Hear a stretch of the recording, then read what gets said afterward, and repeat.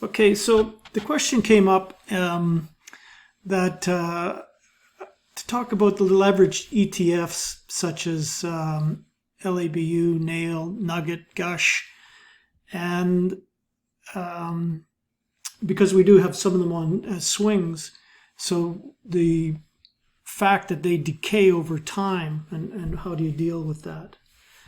So when we put so let's talk about a few of them. So these are all the leveraged ETFs. Financials, the semiconductors, LABU 3 times. I think these are 2 times. The IWM, which is the Russell 2000. Gush, which is a 2-time. Nugget is a 2-time. So what that means, so they're leveraged. So they buy a portfolio, or they trade a portfolio of stocks in those sectors. So in the Gush, for example, that's the production E&P exploration and production companies for oil and gas. 2 times leverage.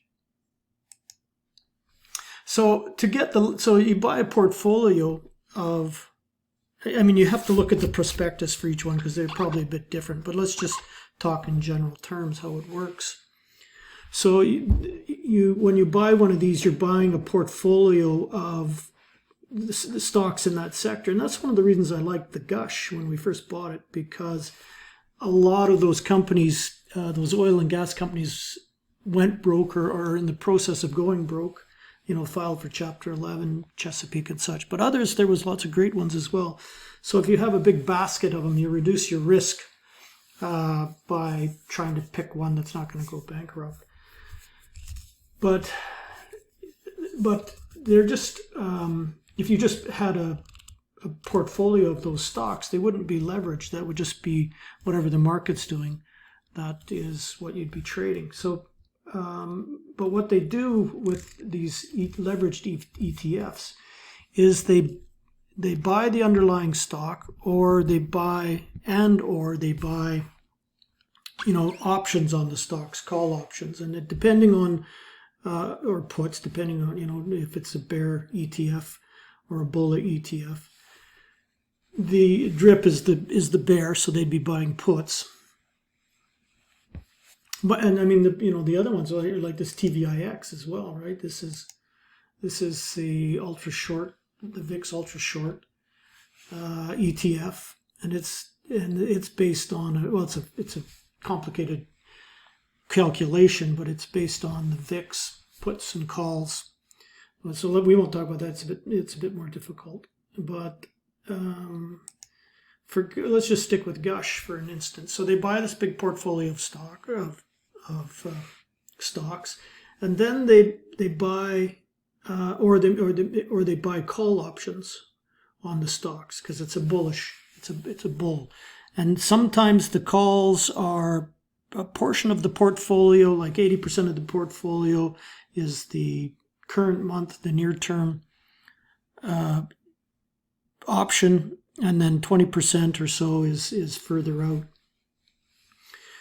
So that creates a problem because options, so all these ETFs by function, especially the TVIX and the UVXY and the TVI, there's no longer TVIX, but UVXY, are designed to go to zero. And the reason for that is because when you buy a call option, or you buy an option, a put or a call, there's time value associated with it. There's intrinsic value and there's time value.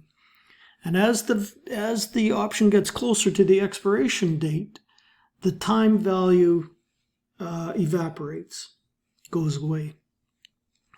So if in a rising market, for instance, let's say SMH here, which is super strong, well, any of the call options you're buying, they're all in the money by the time, and it depends if they buy the calls in the money or out of the money, or at the money, and each one would talk about that. But in the SMH, all these call options that they have are all would end up in the money, so you don't lose the time value. The time value evaporates for sure, but the market is going up, so it's replaced by intrinsic value. But we see, for instance, on the gush, and the reason that this comes off like this is because if we look at the oil stocks that might be in gush, this one here, this is Apache. It's, it is in a bit of a downtrend here now.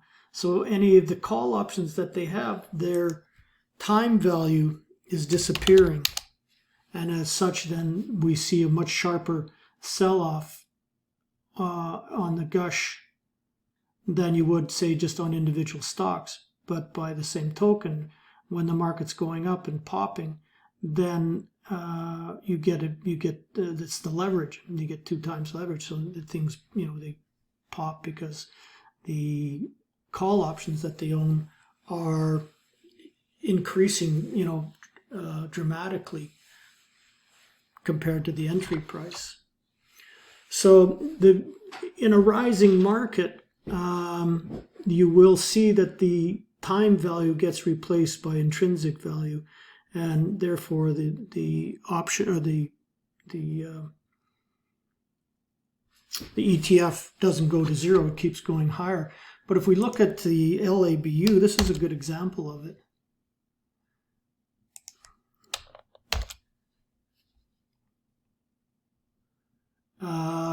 Actually, which is a better example of it? Let me just go back a second.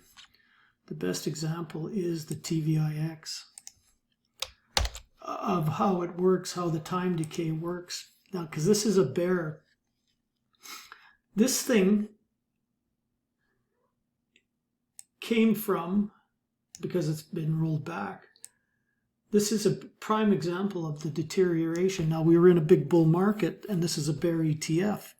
But they just kept rolling it back, 1 for 5, 1 for 5, 1 for 5, 1 for 4, 1 for 5. This thing has come from, what a short. It's come from 135,000 pre-split.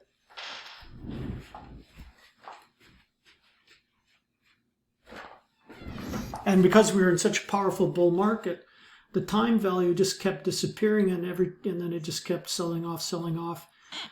And so you can see that the UVXY this was designed to trade to zero in a bull market, and it nearly did. It got down to 10 and then popped back up to 133. But this thing has come from 135,000 or 200,000. What did it start at? It started at 1.8 million. What a short that would have been. And then they just keep rolling it back as the time. So these short-term ones, they're not really meant to hold for any period of time.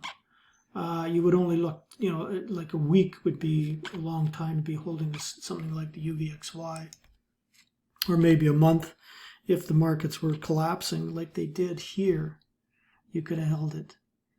But this is designed to go to zero.